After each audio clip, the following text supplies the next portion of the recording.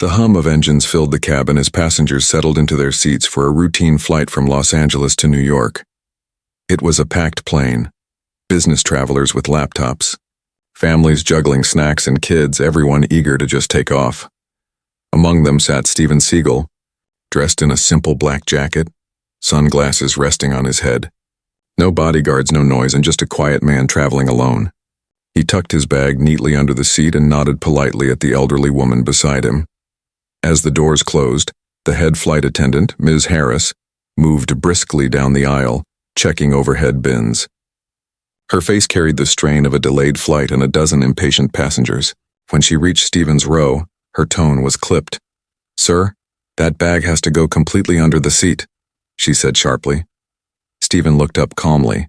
"It is under," he replied softly. "See? It's not blocking the space."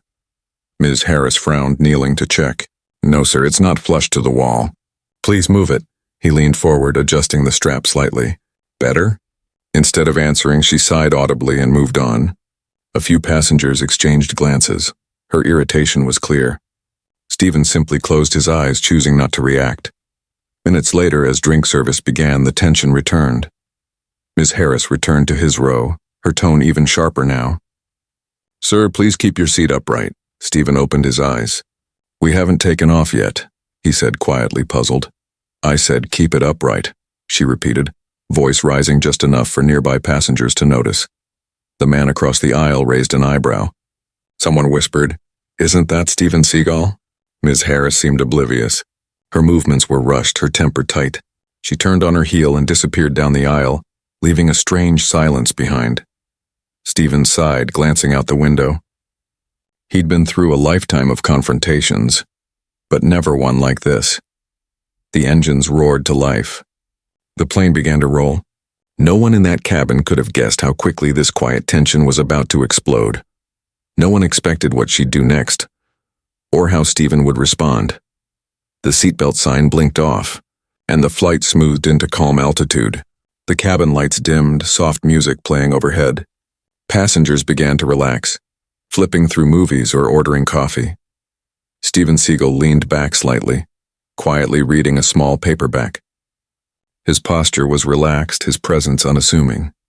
But from the galley, Ms. Harris's eyes flicked toward him more than once, her expression still stiff, her movements sharp. Something about his calm demeanor seemed to irritate her. Maybe it was the way he didn't react, or how he remained so composed when she was under stress. Whatever it was, she found herself growing more agitated with every glance. She returned down the aisle, pushing the service cart, her colleague whispering, "You okay? You seem tense." "I'm fine," she muttered. Some passengers just think they can do whatever they want. As she reached Steven's row, she forced a professional smile. "Something to drink, sir?" Steven looked up, polite as ever. "Just water, please." She poured it abruptly, the plastic cup trembling slightly in her hand. A few drops splashed onto the tray table. He smiled faintly. "No worries," he said, wiping it with a napkin. But she took the tone wrong, hearing condescension that wasn't there. Her lips tightened. "If you have an issue with the service, you can file a complaint after landing," she snapped. A couple of heads turned. Steven blinked slowly, then shook his head. "I said no issue, ma'am. Everything's fine." The elderly woman beside him leaned in softly. "You're being very kind, dear. I don't know what's gotten into her." Steven gave her a reassuring nod. "Travel stress, maybe, but the situation didn't cool down." 10 minutes later, Ms. Harris passed by again and noticed Steven's foot stretched slightly into the aisle. A small thing, something every passenger did, but her patience was already gone. "Sir," she said sharply, "please keep your feet out of the walkway." Steven pulled them in without protest. Of course, her tone grew louder. "It's for safety. You could trip someone." He looked up, his calm voice steady. "Understood." Something about his control only made her temper flare further. Passengers nearby began exchanging glances. One man started recording discreetly. A whisper spread. "That's Steven Seagal. Like the Steven Seagal." But Ms. Harris didn't seem to hear. When she came around again with the snack basket, Steven tried to ease the tension. "May I have some almonds, please?" She hesitated, then tossed the small packet onto his tray without a word. The man across the aisle muttered, Whoa, that's uncalled for. Steven stayed silent. He opened the packet slowly, his composure unwavering. Inside, though, there was disappointment. Not anger, but a quiet sadness. He'd spent his life promoting discipline, respect, self-control. To see someone in uniform lose that balance reminded him how fragile dignity could be under pressure. The cabin grew heavier with each passing minute. You could feel the unease in the air. A child whispered to his mother, "Mom, that lady's being mean to the movie guy." Steven caught it and smiled faintly, even now, trying to keep things light. But up in the galley, Ms. Harris's co-worker tried to reason with her. "You should just let it go," she said quietly. "He's been polite the whole time." Ms. Harris exhaled hard. "He's mocking me." "I can feel it," her colleague shook her head. "You're overreacting." But the damage was already done. The tension had crossed that invisible line, from awkward to dangerous. As Ms. Harris wheeled the cart back down the aisle one more time, she glanced toward Steven's calm expression. The quiet man who'd said nothing wrong somehow represented every frustration she'd bottled up during months of exhausting flights. And with that storm brewing inside her, one small moment, one simple misunderstanding, was about to make this ordinary flight unforgettable. Have you ever seen a small misunderstanding explode into something huge? Tell us in the comments, and say which country you're watching from. The hum of the engines had become a steady backdrop, the kind of calm that usually puts everyone to sleep. But not this time. Not after the tension that had already built up in row 3. Ms. Harris's co-workers had started noticing her shaking hands, her clipped replies, the flushed color in her face. She wasn't just irritated anymore, she was angry, though no one could quite explain why. Steven Seagal sat quietly in his seat, headphones in but no music playing.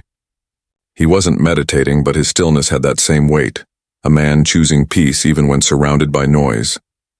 Then came the spark. During meal service, Ms. Harris approached his row again, tray in hand. Her colleague whispered, "I'll handle this side," but she brushed her off. "I've got it." She placed the tray down with more force than necessary, the silverware clinking loudly. "Chicken or pasta?" she asked curtly. Steven removed one earbud. "Chicken, please." As she leaned forward, a small bottle of water slipped from the tray, rolling onto the floor. Steven instinctively reached to pick it up, but the motion startled her. In that split second, her mind registered his movement, large man, sudden gesture, and all her pent-up emotion exploded. Slap. The sound cracked through the air louder than anyone expected. The cabin froze. Every head turned. The elderly woman beside Steven gasped audibly, her hand flying to her mouth. The man across the aisle lowered his phone in disbelief. A toddler began to cry in the next row. Steven didn't move. He didn't raise his hand. He just blinked, once, and slowly straightened his posture. Ms. Harris's expression changed instantly from fury to shock. Her own hand trembled in the air, realizing what she'd done. The silence stretched. It was the kind of silence that makes your ears ring. Steven's voice, when it finally came, was low and steady. "You should sit down," he said, "before this gets worse." His calmness made the moment even more intense. The passengers felt it, that dangerous kind of quiet strength. One man whispered, "Oh my God." She hit him. A woman a few rows back already had her phone out, filming. The camera zoomed in on Steven's face. Not angry, not humiliated, but deeply disappointed. Ms. Harris stumbled back, her chest rising and falling fast. He lunged at me," she stammered. Steven turned his head slightly. "No, I reached for the bottle you dropped." Her colleague rushed forward, pulling her back. "Stop talking, Carla," she whispered urgently. The captain's voice came over the intercom. "Cabin crew, report to the galley immediately." Ms. Harris stood frozen, her eyes darting around the cabin as murmurs spread like wildfire. Passengers were whispering, "Is that Steven Seagal?" "She just slapped him." "Oh, this is going viral for sure." Steven remained in his seat, quietly folding his hands in his lap. He didn't demand an apology. He didn't raise his voice. The elderly woman beside him turned, her voice trembling. "Are you all right, dear?" He nodded gently. "Yes, ma'am. I'm fine. Do you want me to say something?" she asked, clearly shaken. He smiled faintly. "No, the truth has a way of speaking for itself." His words settled over the rows like calm after a storm. Ms. Harris, now visibly panicking, was escorted toward the galley by her co-worker. The door closed behind them. Steven took a slow breath and looked out the window, clouds drifting peacefully below, completely untouched by the chaos inside. He had been in hundreds of fights in his lifetime, but none required this much restraint. If you were in Steven's place, what would you do? Stay calm or speak up? Comment below what you think should have happened next. The door to the galley shut with a sharp click, and whispers filled the cabin like wind through dry leaves. Every passenger had seen it. Some had recorded it. Others sat frozen, trying to process what had just happened. A flight attendant hitting a passenger, and not just any passenger. Steven Seagal remained motionless, hands folded, his gaze calm but unyielding. There was no anger on his face, no hint of aggression, just quiet control, the kind that comes from years of learning when not to fight. In the galley, Ms. Harris's voice trembled as she spoke to her supervisor. She moved too fast. I thought he was, her colleague interrupted. Carla, stop. You slapped him, in front of everyone. I didn't mean to, she whispered, her voice breaking. He startled me. The supervisor sighed heavily. Go sit in the jump seat. I'll handle this. Back in the cabin, the senior attendant, an older woman named Ms. Rowe, approached Steven's seat. Her expression was pale, professional, and deeply uneasy. Sir, she began softly, I want to sincerely apologize for what just happened. Steven turned to her, meeting her eyes. Are you the chief attendant? Yes, sir, he nodded slightly. Then please handle it properly. I don't want a scene. Ms. Rowe nodded, visibly relieved by his composure. Of course. We'll address it immediately. The passengers nearby weren't as calm. A young man in a hoodie across the aisle leaned forward. Man, that was out of line. You should sue her. Steven gave a faint smile. Sometimes it's better to let people reveal who they are without your help. The man blinked, unsure how to respond. From the back rows, a whisper spread like a spark catching dry grass. That's Steven Seagal. Wait, seriously? The actor? The martial artist? Phones were out again. People scrolled through Google Images, comparing pictures. The realization hit one after another. The man who'd just been slapped was a global star known for calm under fire. Ms. Rowe noticed the murmurs. She returned to the galley, whispering urgently to the supervisor. You need to check this. That passenger, it's Steven Seagal. The supervisor blinked. The Steven Seagal? Yes, and half the cabin knows it already. He ran a hand through his hair, glancing nervously toward the cockpit door. The captain needs to be briefed. This could turn into a PR nightmare. Meanwhile, back in row 3, Steven leaned toward the window, lost in thought. The hum of the engines felt almost meditative now. He could hear fragments of conversation around him. Disbelief, sympathy, anger. The elderly woman beside him patted his arm gently. You handled that beautifully, she whispered. He smiled softly. Getting angry doesn't fix what's broken. A few rows back, a teenage boy whispered to his mom. That's Steven Seagal, Mom. The guy from Under Siege. She frowned at him. You're kidding. I swear, look. He showed her a picture on his phone. Moments later, the recognition spread like wildfire. Heads turned, whispers grew louder, and the atmosphere shifted from tension to outrage. Not at Steven, but at the injustice. Passengers began voicing support. He didn't even do anything wrong. How could she hit him like that? I got the whole thing on video. The supervisor stepped out of the galley, his face pale. Ladies and gentlemen, he said shakily, we ask everyone to please remain calm. The situation is under review. But the crowd wasn't calm anymore. They were united. One passenger stood and said firmly, we all saw what happened. He was calm the entire time. Steven raised a hand gently. It's okay, he said, his voice carrying easily over the murmurs. Let's not turn this into more chaos. The cabin quieted. His authority wasn't loud, it was earned. Even those who didn't recognize his name could feel the strength in his tone. Up front, the captain's door opened slightly. The supervisor stepped in to explain everything. The word slapped carried faintly through the air, and as the door closed again, a strange stillness returned. Everyone knew something bigger was about to unfold. If you were sitting on that plane, would you have spoken up or stayed silent? Type your answer in the comments below. The captain stepped out of the cockpit, his uniform pressed, his expression unreadable. The chatter in the cabin faded as he approached row 3. Every eye followed him. Steven Seagal didn't move. He simply looked up, his calm gaze meeting the captain's. "Mr. Seagal," the captain began cautiously, "I've been informed of what happened. I want to personally apologize on behalf of the airline." Steven nodded slowly. "You're not the one who needs to apologize," he said softly, his tone respectful but firm. The captain glanced toward the galley. "I understand. We're handling the crew member involved. Are you okay to continue the flight?" "I'm fine," Steven replied. "Physically." He paused, his eyes moving over the anxious faces around him. "But I think your passengers deserve to feel safe, not tense." The captain swallowed, nodding. "You're absolutely right." Behind him, Ms. Rowe, the senior attendant, looked torn between duty and shame. She stepped forward. "Sir, I take full responsibility for my team's behavior," she said. "Ms. Harris has been relieved of her duties for the remainder of the flight." Steven gave a small nod. "That's the right thing to do." He leaned back in his seat, crossing his arms gently, not defensively, but like a man reclaiming his peace. The cabin exhaled collectively. Some passengers even clapped quietly, not for drama, but for relief. The captain offered a respectful bow of his head before returning to the cockpit. The incident, at least officially, was being contained, but the emotional waves were still rolling. Across the aisle, a young woman whispered, "He's so calm. Anyone else would have lost it." The man beside her replied, "That's discipline. That's control." From the galley, faint sobs could be heard.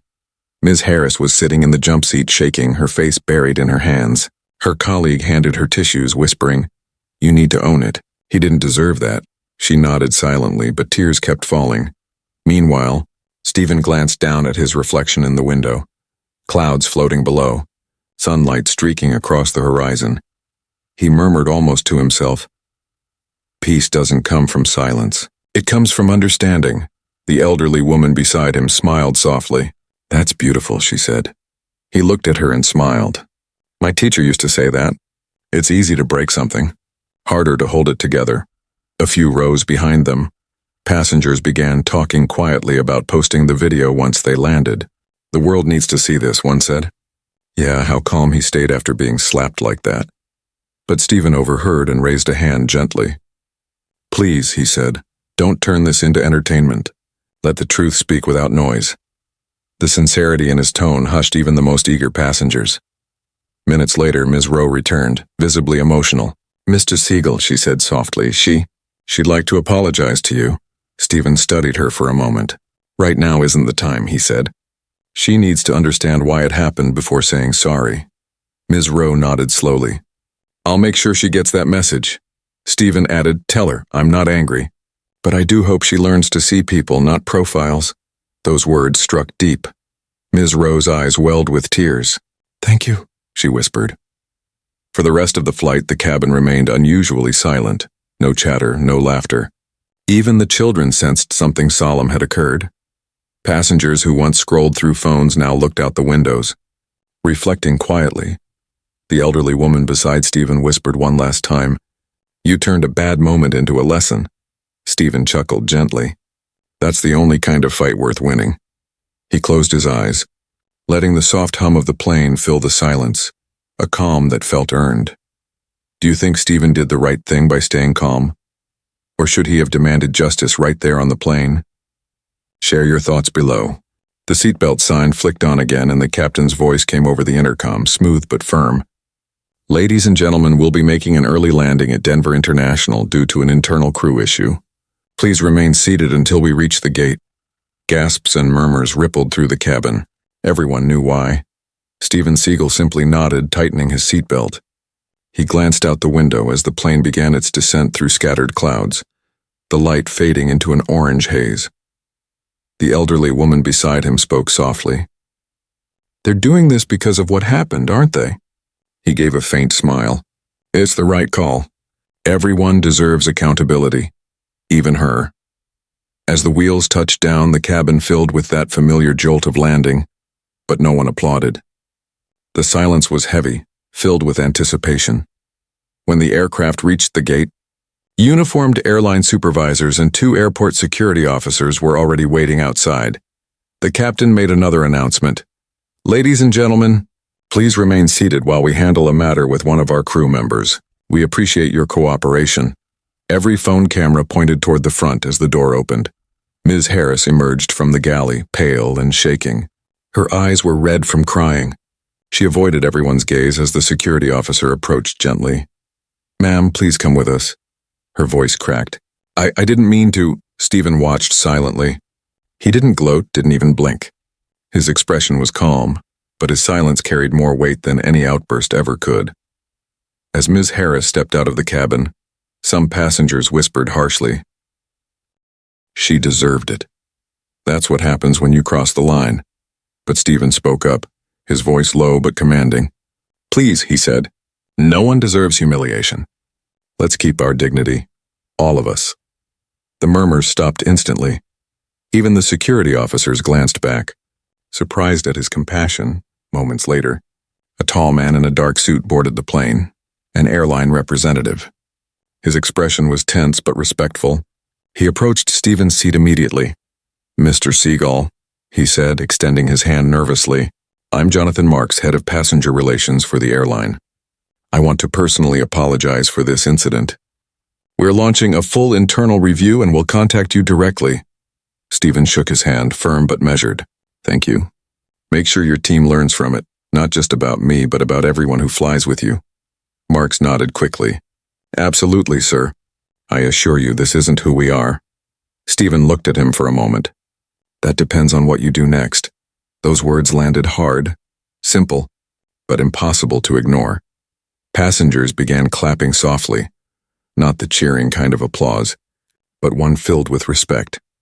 As the flight finally disembarked, several people stopped to speak to him. "Sir, you handled that with real grace. You taught everyone on this plane a lesson today. I got it on video, but I promise, I'll post it respectfully." Steven gave each person a small nod, his voice steady. "Just remember, peace isn't weakness. It's strength under control." At the terminal, reporters hadn't arrived yet, but word was spreading fast through social media. Clips from inside the cabin were already circulating online. Short videos captioned, "Flight attendant hits passenger mid-air. His calm reaction shocks everyone." That passenger? It's Steven Seagal. Airport staff escorted Steven quietly through a side exit. The airline rep followed, still apologizing. Before leaving, Steven stopped and turned to him.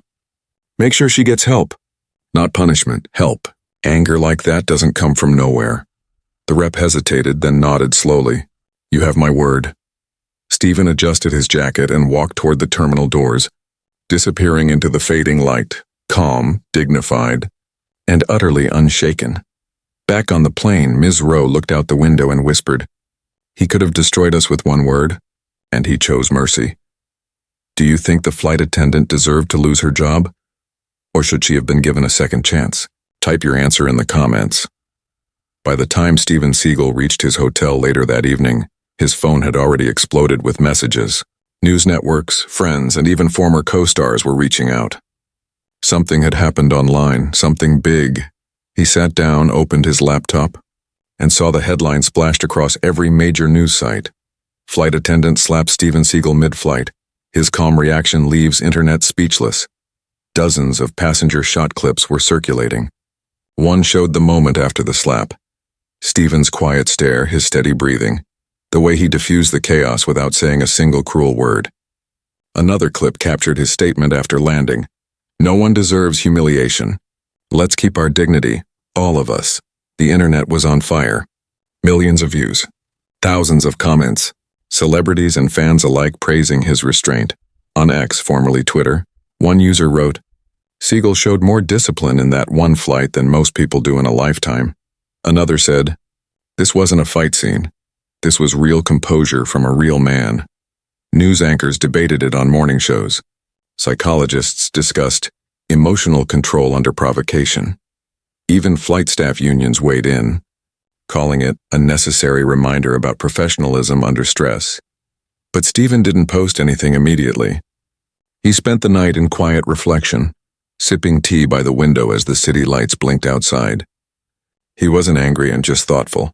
The next morning, he finally broke his silence. On his official social media, he shared a short statement accompanied by a still frame from the viral video. No one should ever be judged, provoked, or mistreated based on appearance, fame, or assumptions. Respect costs nothing, but it changes everything. Steven Seagal, the post went viral instantly. Millions of likes, countless shares. Hashtags like respect overreaction and their Seagal stands calm trended for hours. Meanwhile, inside the airline's headquarters, executives held emergency meetings. Ms. Harris, the flight attendant, had been suspended pending investigation.